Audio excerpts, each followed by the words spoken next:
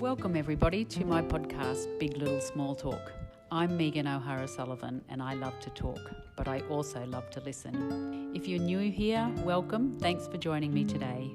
I hope you enjoy the episode. Welcome to Big Little Small Talk. Today's episode is the first in a new series that Megan is doing in conjunction with WordFest Toowoomba. It is called Give a F over 50. In this series, Megan explores the concepts of fun, friendship, finances, food, and fitness for people over 50. WordFest Toowoomba is a festival of writing, reading, authors, poetry, illustration, and wordplay for all ages and tastes. Different from other writers' festivals, WordFest Toowoomba has a diverse offering of events happening at the top of the range from now till August. To kick off Give a F over 50, Megan is at the Toowoomba Women's Shed. Here she is with the founder, Jean Turner. Welcome listeners to Big Little Small Talk. You're with me, Megan O'Hara-Sullivan. I am doing a new series called Give a F over 50, and it's all about women over 50. Now, this series was initiated by Lyndall Hill, who is the person you have heard interviewed here before on Big Little Small Talk, but she is behind WordFest Toowoomba. Now, Lyndall had the idea that I'd speak to women over 50 about finance, fun, food, family, fitness, and friendship. So giving an F over 50. And we're going to start the series with a woman, Jean, who is the instigator and person who has started the Women's Shed in Toowoomba. So welcome to Big Little Small Talk, Jean Turner. Hello. Jean, we're here at a shed in Glenvale that is full of women sewing, talking, offering fellowship to people. Can you tell me about how you started the Women's Shed? We were sewing for charity, so I've started with sewing for other charities, and the women in the group said, no, we want to do it so that it goes to Toowoomba area. So we do charity sewing for schools, nursing homes, hospital, anybody that needs it, anybody that comes and asks, we help them. Jean, how did you get this shed? How did you start off? I believe that you're in your daughter's pergola at one stage with a group of women, and then suddenly we're in this enormous shed here in Glenvale. Yes, we started down there. Once we got up to about 12 people, we couldn't fit in this pergola any longer. And we had, I can't think of his name. Anyway, we had one of the members of Parliament come with TV crews and interviewed us. It was at Farm Fest time. And from that, the church offered this shed to us, which was really great. So it's on cheap rent, which is good because we couldn't afford anything. It was all coming out of my pocket at that stage. How many sewing machines would you have here? You must have 20 sewing machines, overlockers. Where did they all come from? Some of them that we bought from when we made the masks. We made about 6,000 or 7,000 masks at the start of COVID. $3 a mask. And I bought 10 machines with that. And various machines get donated to us. In the last fortnight, we've just had a Sweet 16, which is a quilting machine, donated, which was just mind-blowing. Really great. So why do you think most of the women come here? What's the secret, do you think? They come, it gives them a sense of purpose that we're doing something for somebody, and you can then get in and talk, and we've created a little village of people here, of women with similar interests. So if you're not a sewer, how do you get on? What happens then? If you're not a sewer, you can thread, you can sort, you can turn things for us, you can talk, you can drink coffee. Well, that sounds great. I heard at morning tea time, if you can't sew and you can cook, you're still welcome. Is that true? Very welcome. If you can cook, that's the good one. Jean, tell me about when you were a young girl and you were on a train trip from Townsville to Hughenden. Tell me about what happened then. I got on the train at Townsville and I'd spent too much money because you had to wait 6 hours to get on this train. So I'm going out and they were coming around calling for meals, the evening meal, and I didn't have any money. And a pensioner, and I don't even know her name, slipped 10 bob into my hand and said, go and have a feed. And I've always remembered that. So do you credit that as something that then has helped you go on to form this organisation? It's my philosophy of life that if you give, somebody else will give to you. So, and it's just passing gift along. Paying it forward, I think they called it in the modern days, but you were learning about it then. You started to talk before about some of the things that you make. So you make dignity gowns for those in aged care, outfit for premature babies, toys for children in distress in hospital, sanitary items you give for girls and women, dress-up clothes for kindergarten, library bags, chair bags, sensory items for dementia and autism. Who thinks up what you need? We go by partly by what's asked of us, but we know you need library bags, we know you need swimming bags. It's just asked of us. Somebody will say, oh, look, can you do this? And we'll either say yes or no, and mostly it's yes. And who's the organiser? Who says, okay, I talked to a lady before who was making size 14 black shorts. Who says we need, let's cut these shorts out? Is that you, Jean? That's me. Jean, tell me about growing up. Did you grow up in Hughenden, I gather? Is that why you were you at boarding school in Townsville? No. I grew up around Gympie on a dairy farm. I was actually going to work. I got picked off the train at Hughenden, and we went 140 miles due north up onto the edge of the Gulf country to work as a Jillaroo. And is that what you did for your life? Or tell me about how you grew up and where you grew up, and you've spent a lot of time up in remote areas? No, I grew up there in Gympie. I did the Jillaroo thing, and I went on, I was a cook on another station, and then I came down and did other things in civilised country. Got married, had 5 kids, and I've done all sorts of things in my life.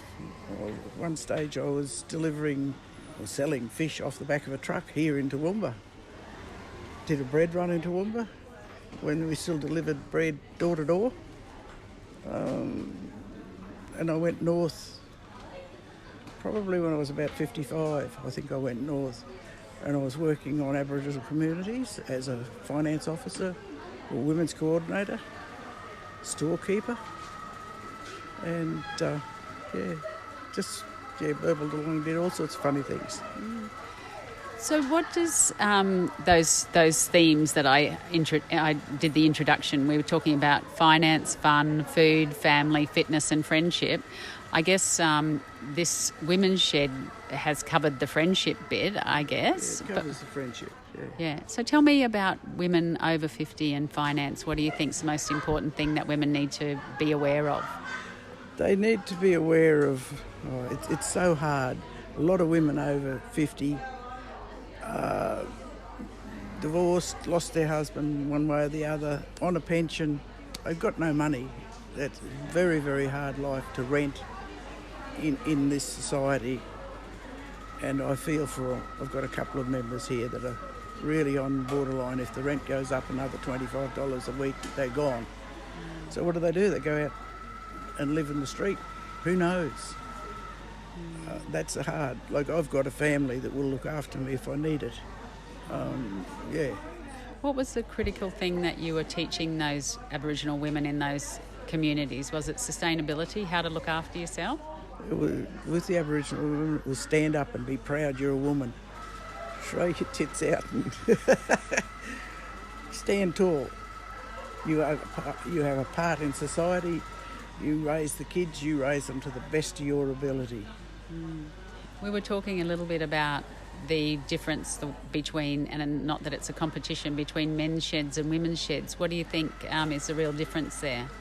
The difference is that men's sheds have been around forever, and women's sheds are only just starting to get off the ground. So we don't have the funding and things like that the men's shed can get at.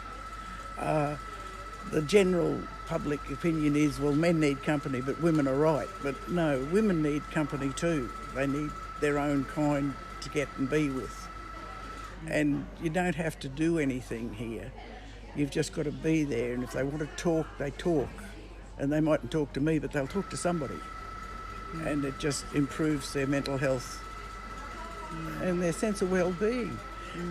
What's your advice to women over 50 about how to have fun? Get out and join other women, but get out of the let's go and have coffee and chit. Get into something where you can do something for somebody. Even if you go and read a book to an oldie who's blind and can't read, do something for somebody else. It's that sense of purpose. Do you think that's critical to being able to have fun? Yeah, well, that makes you happy inside yourself that you're doing something. What about food? What's your advice about food, do you think, Jean? Food? I love food. When your 5 children left home and you didn't have to do all that work, not speaking from experience, but how did your relationship with food change in terms of cooking for yourself? I love cooking for myself these days. I spend a lot of time with other people cooking for me. Like, Mum can't organise herself. Well, Mum can organise herself. Just explore that for me a little bit. What do you mean other people cooking for you and Mum can't organise herself? I spent 9 years with my daughter or my sister until I finally had the finance to be able to buy myself into Yakana. I bought a little unit there. I bought the lease on a little unit. So I'm my own person once again, which is a big deal. That reminds me of another F word, and it's freedom. Yes, freedom. I can get up when I want to, I can sew when I want to, I can come home when I want to. That's it. Go to sleep when I want to. I like that sense of freedom, that newfound sense of freedom. What about family? What does family mean to you, Jean? Family's the connection that's there. My family, I grew my kids up so that they could live their own lives, that they're not beholden to me for anything. But if I squeak, they will come. The squeak or the roar of the mouse, you think? Yeah, squeak. Can I ask you about fitness? What's your relationship with fitness? Don't do enough. I recognise that you should be fit. But I've had 2 hip replacements and it's very hard to... And you get a fear of falling, which is another F word. So you're reluctant to go out and walk out in the outside world. If you fall, you can't always get up again. Once you go down on that ground, it's very hard to get up if you haven't got something to crawl up. That's an F word. I don't particularly like that F word, the falling word. Tell me about what's happening with your cough. Is that something COVID related? No, I'm allergic to the dust from the material here, and we're dealing with old material all the time. Oh, the sweet irony. Yes, or the naphthalene or the whatever. I'm allergic to some of the materials. That is amazing. And my final F word is friendship. I don't know that I need to ask you too much about that. But they're all out there. Yeah. But there are particular ones that I'm more friendly with. And that's just personalities and things like that. That's right. Well, just talk to me about that, about personalities. How do the managing the relationships, how does that go here? You're the boss? I try and make sure that everybody is mindful of their position as of, she's your sister. She's got the same troubles as you, maybe different but similar. Just be mindful that she might have had a rough night or a rough day or something's happened in her family. But basically, they all get on. Everybody gets on here because and I've created this sense of calm and peace in this shed. Like when I roar, which I do, they don't like it, but it's when I'll say something and I'll say it, poof, there you are, but I won't harp on it. I've said it, you know what I'm talking about. Are you discovering qualities about yourself now that you are the leader of this organisation, which is of the pack, the leader of the pack? That's right. Are you discovering qualities about yourself in terms of being a boss or being a mediator that you didn't know? No, I always knew I had it. I've mediated in a lot of things. like in the Aboriginal communities, you're a mediator all the time between warring factions. And, yeah. Let's just go back to the Women's Shed quickly. I'll give you another F word. It's free. What sort of stuff do you need at the Women's Shed to continue to be the success it is? We need donations, preferably of money, which is, I know that sounds terrible, but we get given all this fabric, but we've got to buy the wadding for the quilts, and we've got to buy the elastic, and there's various things you've got to buy. Those two things are the major stuff, but there are other things like strapping and all sorts of things that come in for sewing. Even zips, you've got to get this length of zip for your pencil cases. So, yeah, there's a certain amount of things that, yeah. And in terms of joining up or fellowship, if there's people out there, it's only for women, I gather, and no men? No, we'll take men. We're not like the men. The men won't take women, but we'll take men.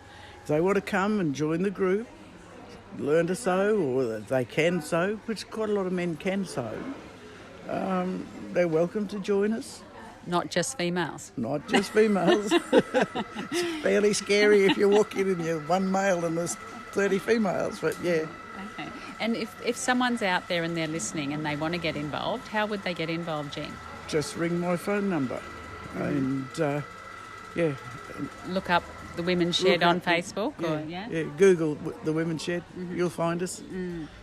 Can we just quickly, before I let you go, Jean, we started by talking about this initiative, Give a F Over 50, which is something that Lyndall Hill has beautifully constructed.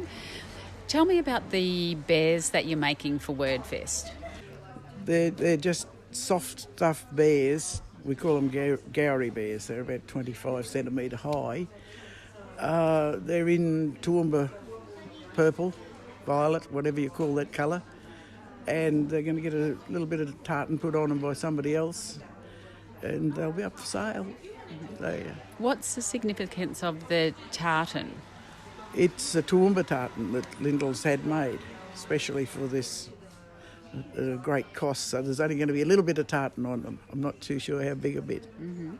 How wonderful. So we'll watch out for the Gowrie bears. Why are they called Gowrie bears? Because my daughter, who lives at Gowrie Junction, designed the pattern. She made the pattern up. Right. That's wonderful. Yeah. Now, I always finish my interviews, Jean, with two questions. One is, who's your most favourite royal person? They don't have to be living and they don't have to be English. So if I asked you who your most favourite royal person, what would you say? I'm not into royalty at all. That's a flat no, I'm thinking, from Jean on the royal. And what about the song that can't keep you off the dance floor? In the Mood. All right. Glenn Miller. Glenn Miller, In the Mood. Jean, I'd loved hearing about and being here at the Women's Shed. It's been a real honour. Thank you for being my guest on Big Little Small Talk. Thank you for being here yourself.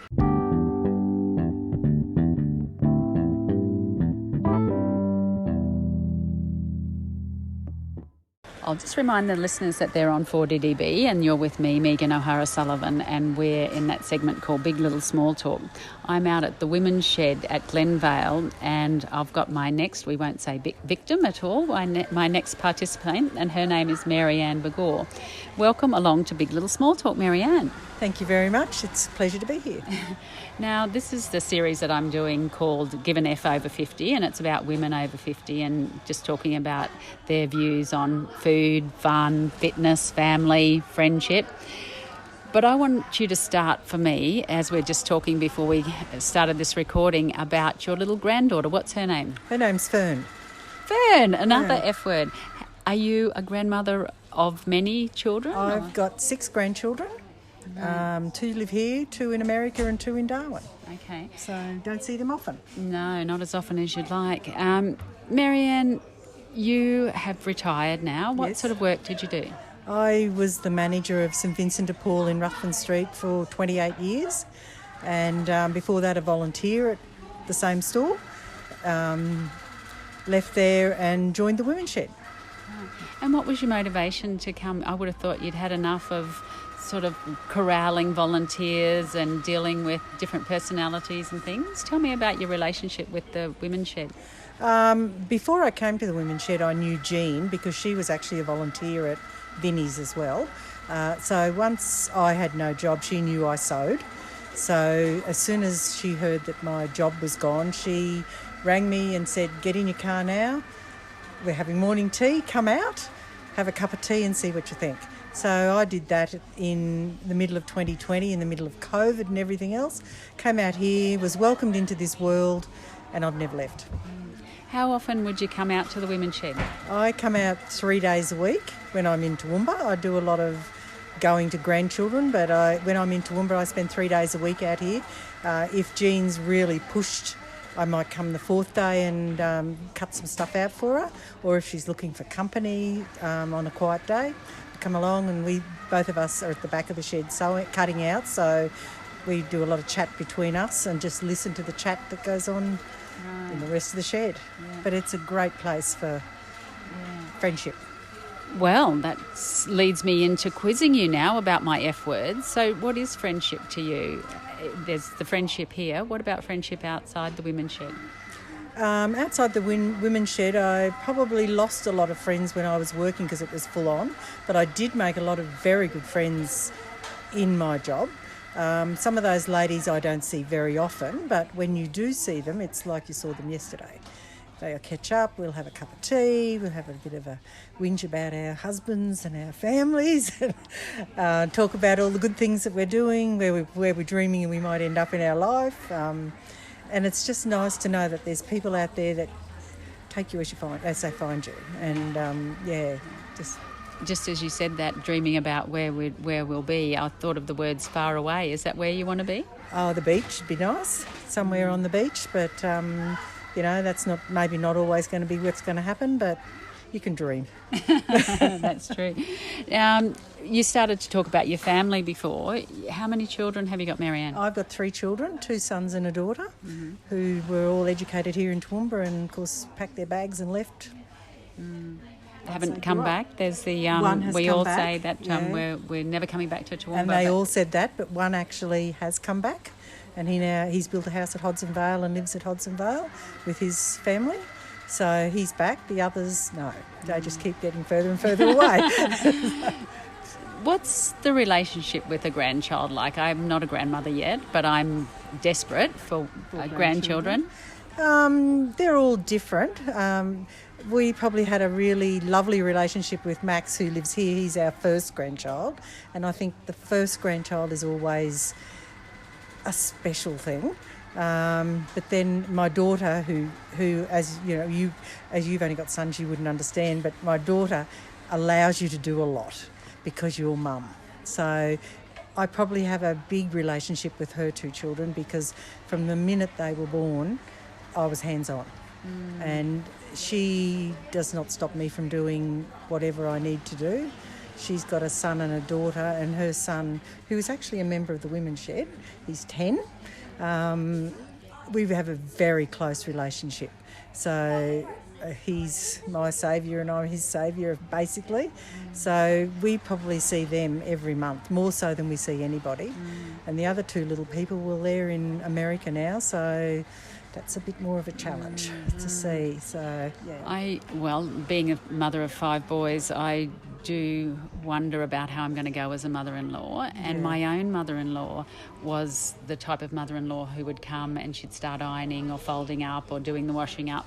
But my own mother was the mother that was thought that would be an insulting thing to do to me, and she was more like, come and sit down, we're just going to sit down and have a drink, and I'm not sure which is the best way. I don't know how to be, really. I think it depends on the daughter-in-law.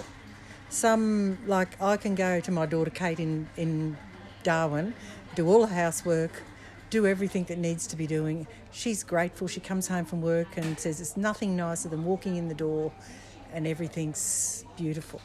My daughter-in-law in Western Australia, I probably would, when she was in Western Australia, I would probably have been able to do nearly the same amount of stuff, because she had no mother in her life for a very long time. Her mother had left them when they were little. So she allowed me to do a lot more things than the daughter-in-law here. because she had her own mother, and you've got to kind of fit that into your world as well. So I was very wary, I suppose is the word you'd use, of treading on any toes. I did learn very early in life that you do not give them any advice on children because they all know it. So, What about your own family? Did you grow up in Toowoomba? I did grow up in Toowoomba, and my mother she lived alone for 20 years. My father died when he was 60, so she lived alone for a long time, and my children grew up very much part of her life. We lived one suburb apart, and they knew her probably as well as I knew her, and they were extremely close to her. My eldest son actually lived with her for 7 or 8 years, so he was terribly close. And when she died, it was a huge blow to them. So they sort of use her as that's our example of life. So She was a beautiful matriarch. Yeah. So she never reformed another friend. Nothing. Lived alone. Had lots of lady friends. Was involved in lots of community things. That's how I came to be at Vinnie's, because she was a volunteer at Vinnie's. She also volunteered as a counsellor at Lifeline, and she was involved in the Theological Society and the U3A, and she was the first cub leader at St Anthony's Cubs. So many years ago. What was her cub name? She was Arcala. So she was, like her whole life revolved around doing stuff. But she was always there for us as well. So, yeah. Community. So I was just asking Jean before, now that she has no children at home, grandchildren, what's your relationship with food like? Do you love to cook? Do you hate to cook? Never cooking another meal again as long as you live? Oh, yeah, you cook what you have to cook. I must admit, because I don't have any family really close, you don't actually cook a lot of goodies, because at the end of the day, the reality is if you cook them, you've got to eat them. So one of the beauties of coming out to the shed, here's the women's shed though, is that there's morning tea every day. So if you do have the urge to cook something, there's always someone out here that's grateful to eat it. So we can do it that way. But yeah, other than that, you just live a life of trying to keep healthy. Yeah. So food is just fuel to you. It's basically not, sure. Well, that's another one of my F words is fitness. What's your relationship with fitness? Well, I have a fairly good relationship with that, believe it or not. I swim 3 days a week at Bailey Henderson. Last May I had a double knee replacement, so that sort of, for the few years previous to that curtailed a lot of fitness because you were very incapacitated.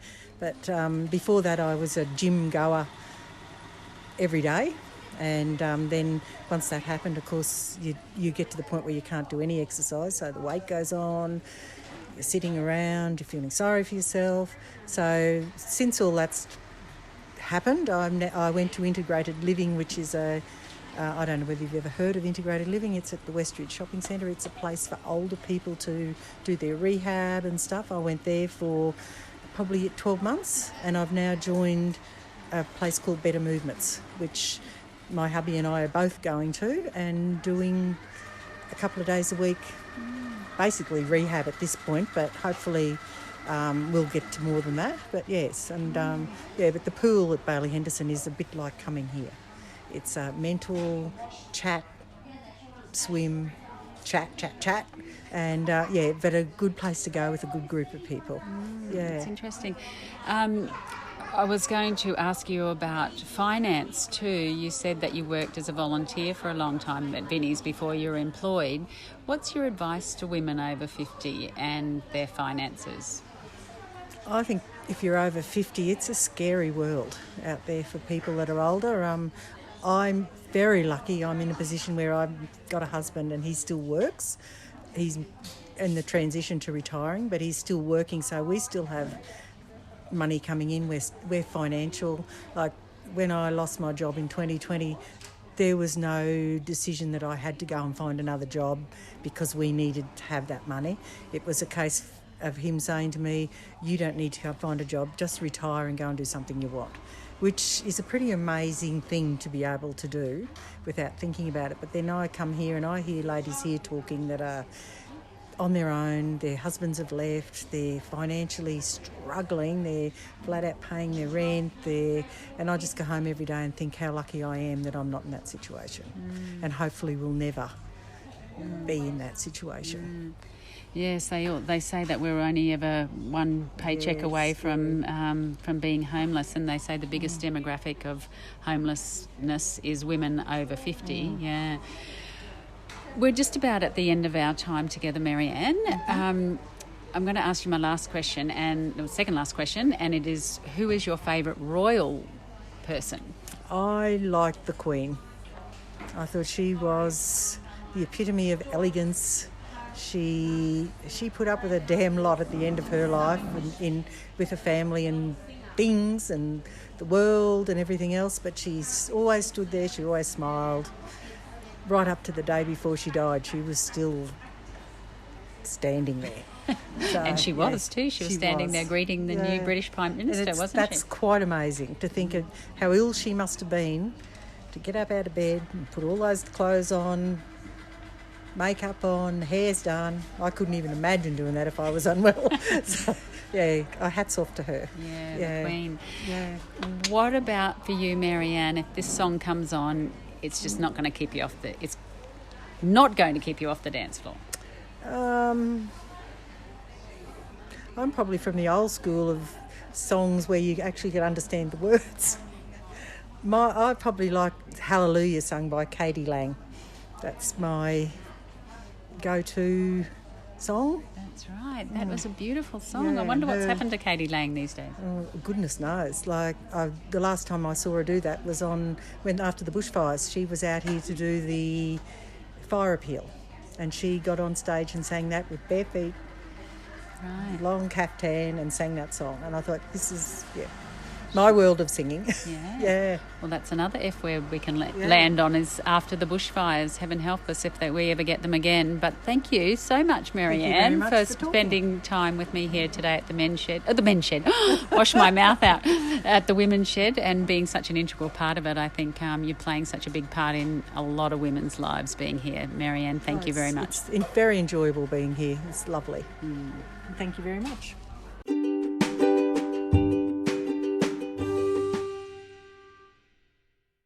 I'll just remind you, listeners, that you're on 4DDB 102.7 FM, and we're in Big Little Small Talk. And we are continuing with our series called Give a F Over 50, and it's for women over 50 and their views on finance, fun, food, family, fitness and friendship. I have another lady with me here who is also a member of the Women's Shed. So welcome along to Big Little Small Talk, Janice Haywood. Thank you very much. Good to be here. Yeah. Janice, what's your relationship with the Women's Shed? How often do you come? I come on a Thursday each week. Sometimes I drop in if I have something to drop in or I need something. I live opposite Rosie, so, and she started me here 4 years ago. Yeah. And what sort of thing do? You do sewing, or you do overlocking, or you do stuffing, or? Mostly at home I do sewing, overlocking. Last year I made 135 wheelie walker bags just over the Christmas period, and we had an order for 96, so I more than filled that order. So you take stuff home as well? I definitely do, because I'm home alone, so my sewing machine is my refuge. Right. Have you always been a sewer? Did you sew from when you were young? I always watched my mother sew. She made all our clothes when we were little, and then I continued on when I had my children, and I sewed for them right up, and even they made their school uniforms and such. Yeah. Did your mother teach you to sew? I think I learned by watching and looking on, but she had she was really smart with the sewing. Just an ordinary old treadle machine, no electric in those days. Yeah. Your sewing machine, have you had the one sewing machine over the years, or do you upgrade? I do upgrade, yes. I probably have about 4 sewing machines at the moment, and an overlocker. One of the sewing machines is also an embroidery machine that I shouted for myself last year. Yeah. And you made the kids' school uniforms. Where was that? Yes, they were going to school at Millmerran, then they moved to Cambodia, and then to Clifton High School and Allora. Yeah. Would the children wear the clothes, or were they very finicky and they just wanted something like a striped T-shirt from Target like everyone else? No, they didn't have a choice in those days. We were farming and, battling. So, it was one of the necessary evils that I had to just make their clothes. Yeah. The privilege of it, really, looking back, that you could do that and you were talented enough to do it. Do you still sew clothes for yourself? Rarely. Is it because the cost of them is so cheap that it's just not worth the time? I think that's part of it, yes. Yeah. And I can go in and if something doesn't fit quite right, well, you just put it back on the hanger and find something else.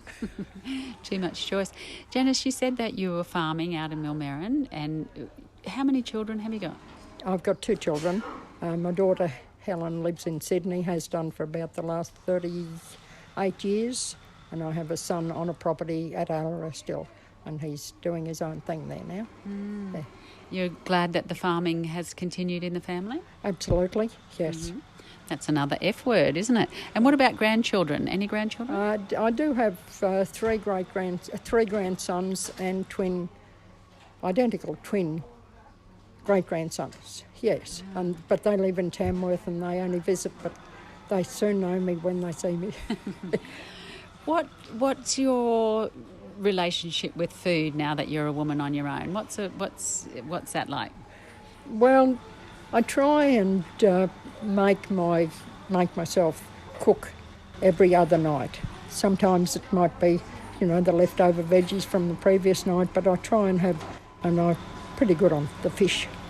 So another F word. Another F word. We're getting good, aren't we? Yeah. What about fitness for you, Janice? Look, I'm a bit lax in that direction. I should walk more than I do, but I'm in a big house, but I still don't walk enough as much as I should. I play indoor bowls 1 or 2 nights a week, which sort of helps me with my fitness. Yeah. What about fun? Tell me what you like to do for fun. Do you own a certain car that you might like to tell me about? Well, it starts with an F. It's a Ford Zephyr. And it's a 1960 model, and I've had it fully restored. And I took it out to Allora just a few weeks ago to a car show out there, but that was my first time out with it. And tell me about the history of owning a Ford Zephyr. It sounds so exotic.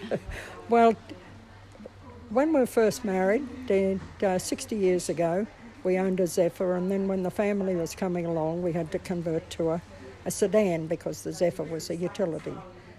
We happened to come across this Zephyr on the side of the road, and we knew its history, and so we had to buy it, and we bought it about 15 years ago and took 4 years to have it fully restored. That is amazing. What colour is it? It's a green colour. Our original one was glint green, but over the years your memory fades and you think, well, was it this colour or was it this colour? So we tried to colour match it as much as we could remember. Yeah. And what about the upholstery and everything like that? Was that all done here in Toowoomba? It was all done at Garden City Upholstery. I went in there, I had it booked in at Pittsworth and they seemed to be messing about, so I just said, I'm going to find somebody else. And anyhow, I walked into this place and they said, yes, we can do that. Take us 3 days. 3 weeks later, it was almost done. What about going to the car show in Allora? Were you sort of feeling trepidation about that as a woman? How old are you, Janice? Do you mind me asking? I'm 78, yeah. Right. Yeah, as a woman going to the car show? Yeah, an old girl in an old girl, I say. Yeah. And were people coming past and saying, oh, you've got this right, you've got that wrong, and being a bit critical, or were they just really enthusiastic like you were? They were very enthusiastic, no. And one fellow came along and he gave me some hints on what I needed to get, so I've organised them and I've just got to have somebody come and put them in now. Mm-hmm. Yeah. What's the plan for the Zephyr? Can you see over the steering wheel? Do you have to sit on a little cushion or something? No, I don't sit on a cushion. I fit fairly well in behind the steering wheel, but it doesn't have power steering.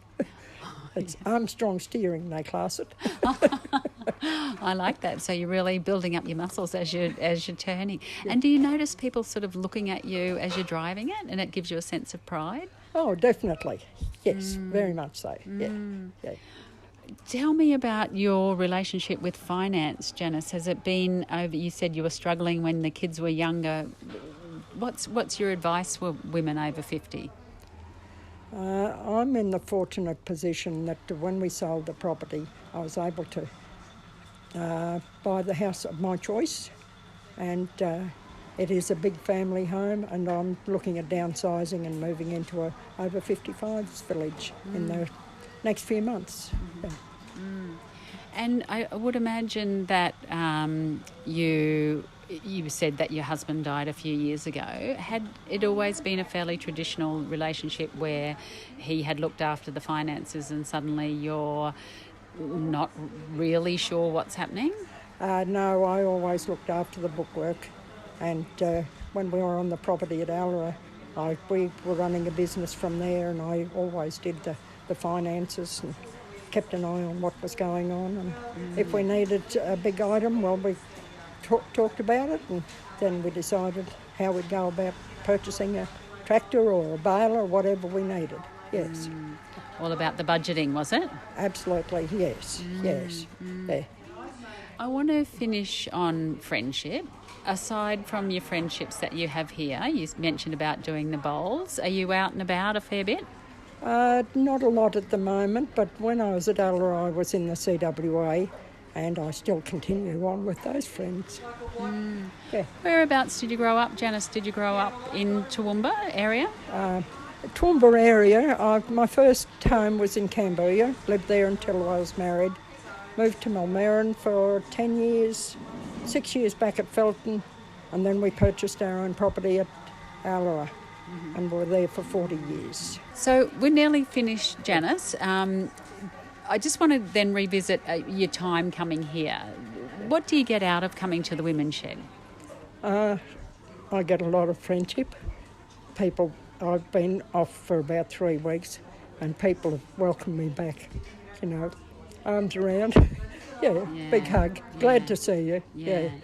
Do you mostly always sit in the same spot and talk to the same people, or is there an opportunity for you to meet new people and welcome the newer ones?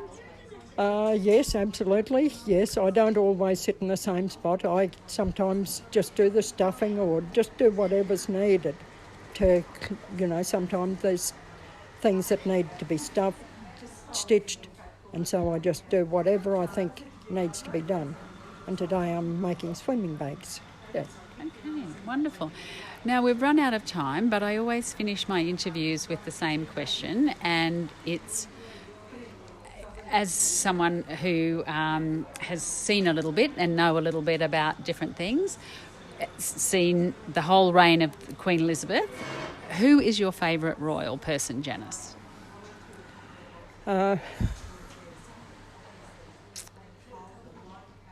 That's a bit hard, but Diana was always pretty special. Yes. What did you like about Diana? She was there for the people, just not for herself. She was there for the people and the friendships that she made, yes. Do you take an interest in Kate and Wills and Meghan and Harry, and what's your views on the whole Spare and all of that, the book that's just been released and the Oprah interview, and as someone who probably comes from a different era, how do you feel about that? Yeah, it's a very difficult situation that Harry's found himself in, and maybe we'll come back to the family sometime, but at this moment he's probably better off where he is. Yeah. You think he's made a good decision to go to America? That's a non-committal shake of the head. All right, what about the song that can't keep you off the dance floor? You would have seen a lot of country dancers in the Clifton, Allora, Mulmerran, Cambodia days. Mainly Cambodia. When we were married, moved to Mulmerran, didn't participate in any dancing then. Apart from in Cambodia, I was part of the junior farmers, and we at one stage had people coming out to Cambodia, and we had dancing lessons there to help the members of that. And I still meet up with the junior farmers from time to time and the Cambodia crew. So, you know, my heart will That's always another be F there. word, the farming, the junior farmers. Yeah. So that song, Janice, what's that song that can't keep you off the dance floor? I don't recall that one. All right, well, we forget. That's another F word. We'll leave it at forget. Thank you so much, Janice, for sharing your experience and your love of the women's shed and what it means in your life. It's been lovely to hear your story. Yeah, okay, thank you.